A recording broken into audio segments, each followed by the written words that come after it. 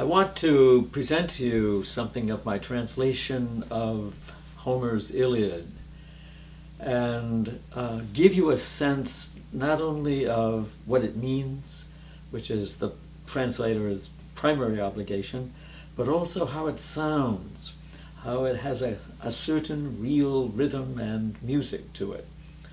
Translators who treat Homer as meaning are justified in presenting him in prose only.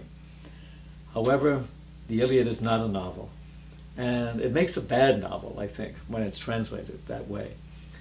I want to present Homer as poetry as fully as I can, as both sound and sense. First, I'd like to read you a little from my preface to this translation.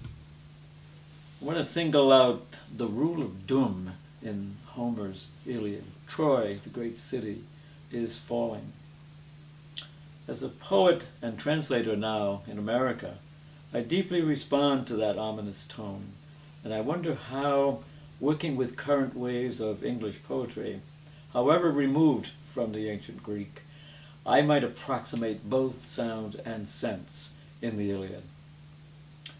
For I steer away from two shaky assumptions. One, that translation is a form of treachery and therefore pointless, and the other, that only transliteration qualifies as respectable. Rather, I try to approximate. I like that word, approximate, drawing as closely as possible to both the sound and the sense in the original. Homer's rhythm, for example, is not upbeat like blank verse, England's traditional iambic pentameter. The pattern is downbeat, rather a falling rhythm of 6 metrical units consisting of so-called long and short syllables. Thus, in the first Greek line of 5 words, the 6 key long syllables emphasized, it would sound like this roughly. Menin ae de thea, pelea deo Achilleos. Literally, anger sing to me, goddess, of Peleus' son, Achilles. In a more poetic version of these 2 lines in English, that is to say, my own translation, sing of rage, goddess, that bane of Achilles, Peleus' son, which caused untold pain for Achaeans. We don't know whether Homer presented to a small group or a very large one. I like to picture him competing for the laurel in the Olympic Games, which were begun in that same century, the 7th century BCE. And if he did, he emphasized his own music. He had an instrument called a pharynx, like a lute. And of course he had his poetry memorized. He could play the lute with his 2 hands, and he could emphasize it this way or that way, and sing. The word for poet in the ancient Greek is oidos, or singer. Well, we don't know if it sounded something like, sing of rage, Achilles, son of Peleus. We don't know if it sounded like that. We don't know how much or how well he scored his verse. I like to think that he strummed his lute pretty vigorously to emphasize at least the important words, the important parts of the rhythm. Menin ae de thea, Achilleos, Peleus Achilleos. I don't have the instrument of music. I wish I had a drummer. That might help.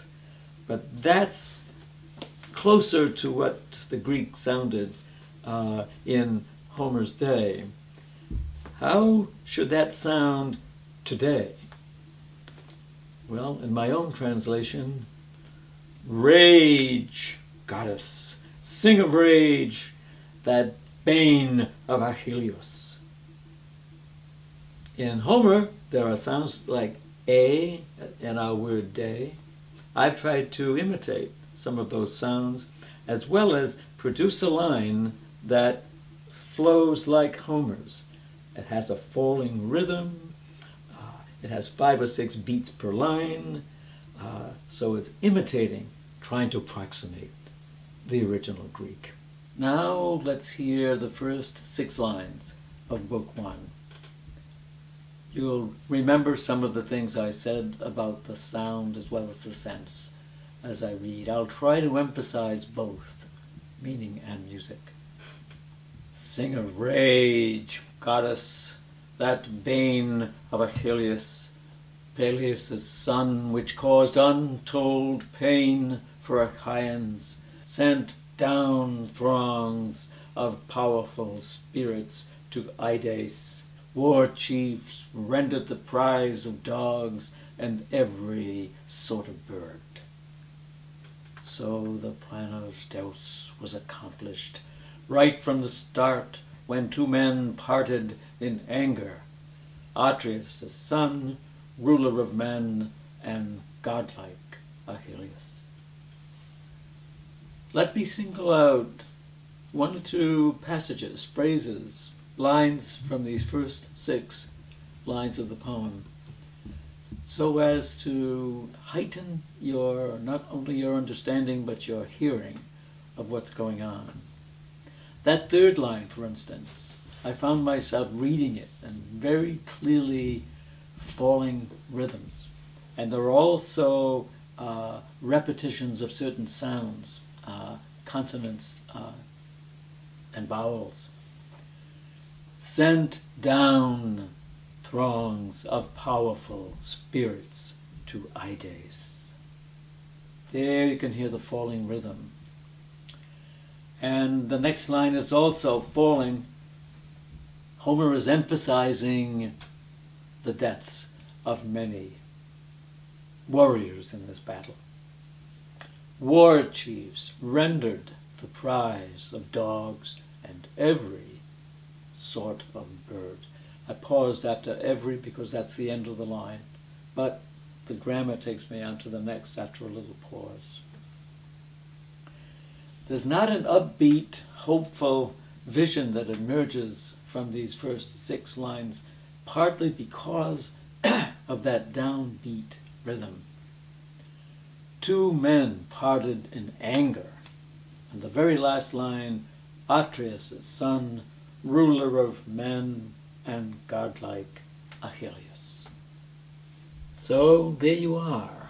The poem has begun, the story has started, and you are ready to stand and sing, or at least present rhythmically this translation to a few friends, to 1,000 people in your auditorium, and become Homer 2,600 years ago in Greece.